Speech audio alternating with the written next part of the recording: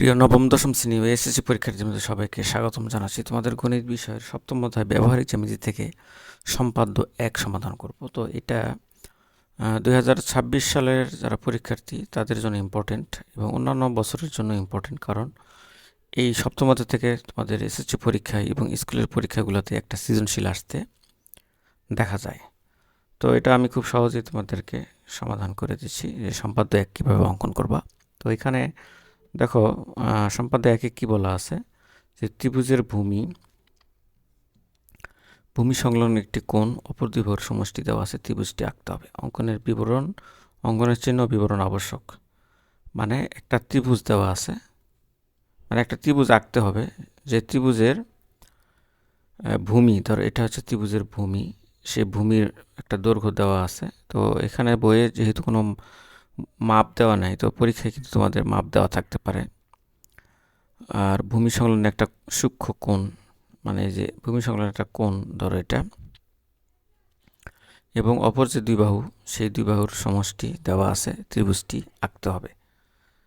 তো এখন এটা আমি তোমাদেরকে অ্যানিমেশনের মাধ্যমে অঙ্কন করে দেখাচ্ছি। তাহলে দেখো, মনে করি ত্রিভুজের ভূমি হচ্ছে এ হচ্ছে একটা বাহু, যেটার হয়তো পরীক্ষায় তোমাদের মাপ দেওয়া থাকতে পারে যে 5 সেন্টিমিটার বা 4 সেন্টিমিটার ইত্যাদি থাকতে পারে। ভূমি সংলগ্ন একটি সূক্ষ্ম কোণ এক্স, এই এক্স কোণের মান হয়তো 30 ডিগ্রি হতে পারে, অথবা 60 ডিগ্রি হতে পারে, বা 45 ডিগ্রি হতে পারে, ইত্যাদি ডিগ্রি থাকতে পারে। আর অপর দুই বাহুর সমষ্টি এস, মানে যে একটা ত্রিভুজ যে দেওয়া আছে, সেই ত্রিভুজের ধরো এখানে এস আছে।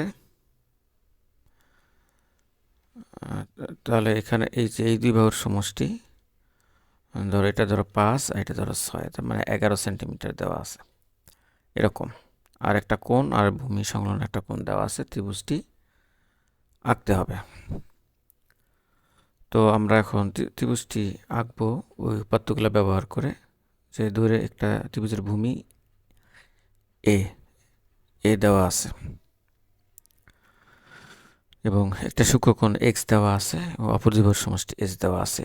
এটা আমরা স্কেল এবং পেন্সিল দিয়ে আঁকবো। এটা হচ্ছে এ ভূমি, আর একটা সূক্ষ্মকোণ হচ্ছে এক্স, এবং অপর দুই বাহুর সমষ্টি এখানে হচ্ছে ধরো এস।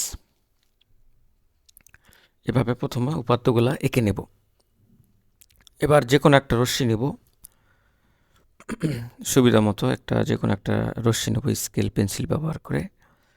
রশ্মির এক পাশে তীর চিহ্ন থাকবে, ধরো এটা একটা বিএম। তাহলে বিএম থেকে এ বাহুর সমান করে বি বিন্দুতে কাটা বসাবো। এ বাহুর সমান করে আমরা বিএম থেকে কেটে নেব হচ্ছে এ এর সমান করে বিসি অংশ। এরপরে কোণ এক্স এর সমান করে বি বিন্দুতে একটা কোণ আঁকবো। তাহলে কোণ এক্স এর সমান করে আমরা বি বিন্দুতে এই যে এভাবে চিত্র দেখানো মতে একটা কোণ আঁকবো। কোণের মাপটা নেব এভাবে। কোণের মাপটা নিয়ে আমরা বি বিন্দুতে একটা কোণ আঁকবো।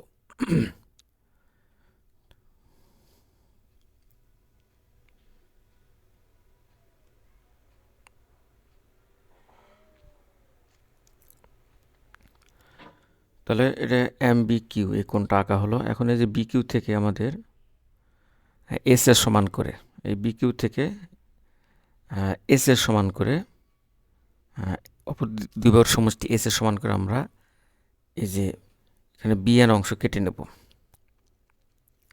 এস এর সমান করে বি এন অংশ কেটে নেব এবং সি এন যোগ করে দেব। সি এন যোগ করার পরে দেখো এখানে এই সি এন যোগ করার পর এখানে সিবিএন নামে একটা কোণ তৈরি হয়েছে। তো এই কোণের সমান করে আমরা এখন এই যে এখানে যে কোণটা তৈরি হলো, এই কোণের সমান করে আমরা ঠিক এইখানে এনসি এর সাথে আমরা একটা কোণ আঁকবো। অর্থাৎ এই যে এই বৃত্তচাপ যেটা নিলাম, সেই কোণের সমান করে আমরা এই সি বিন্দুতে কোণটা আঁকবো।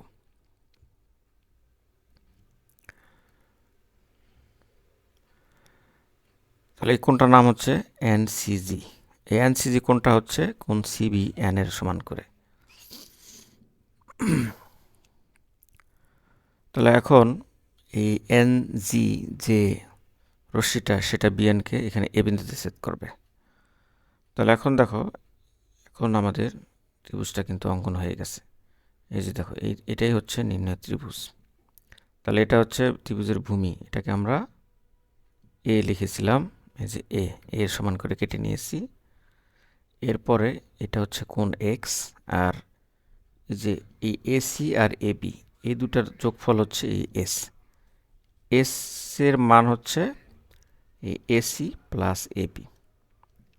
তো এটাই হচ্ছে আমাদের কি নির্ণয় ত্রিভুজ। এখন আমাদের এই ত্রিভুজ অনুযায়ী এই অঙ্কনের ধাপগুলো এখন আমরা লিখব। তাহলে প্রথমে কি করেছিলাম দেখো, এই যে এই ত্রিভুজটার জন্য যে কোনো একটা রশ্মি বিএম থেকে ভূমি এর সমান করে বিসি অংশ কেটে নিয়েছিলাম। এই যে বিসি অংশ আমরা এখানে কেটে নিয়েছিলাম। এই যে বিসি অংশ কেটে নিয়েছিলাম। এরপরে বিসি রেখাংশের বি বিন্দুতে, এই যে বিসি রেখাংশের এই যে বিসি রেখাংশ তার বি বিন্দুতে কোণ সিবি কিউ, এই যে সিবি এই যে কিউ এঁকেছিলাম। আবার বিকিউ রশ্মি থেকে এস সমান করে বিএন কেটে নিয়েছি। এই যে বিএন এই বিকিউ যে রশ্মি থেকে এই যে এইটুকু আমরা কিন্তু কেটে নিয়েছি। তারপরে যে সিএন, এই যে সি আর এন যোগ করে দিই। সি বিন্দুতে সিএন রেখাংশের যে পাশে বি বিন্দু আছে সেই পাশে কোণ বিএনসি, দেখো বিএনসি এই কোণের সমান করে কোণ এনসিজি আঁকি। এই যে এনসিজি এই কোণটা আঁকি, মানে এই কোণের সমান করে এই কোণটা আঁকি। তাহলে সিজি রশ্মি বিএনকে এ বিন্দুতে ছেদ করে। এই যে সিজি যে রশ্মিটা, এই যে সিজি রশ্মিটা এই বিএনকে এ বিন্দুতে ছেদ করে। তাহলে ত্রিভুজ এবিসি হচ্ছে উদ্দিষ্ট ত্রিভুজ। তো আশা করি তোমরা বিবরণটাও বুঝে গেছো।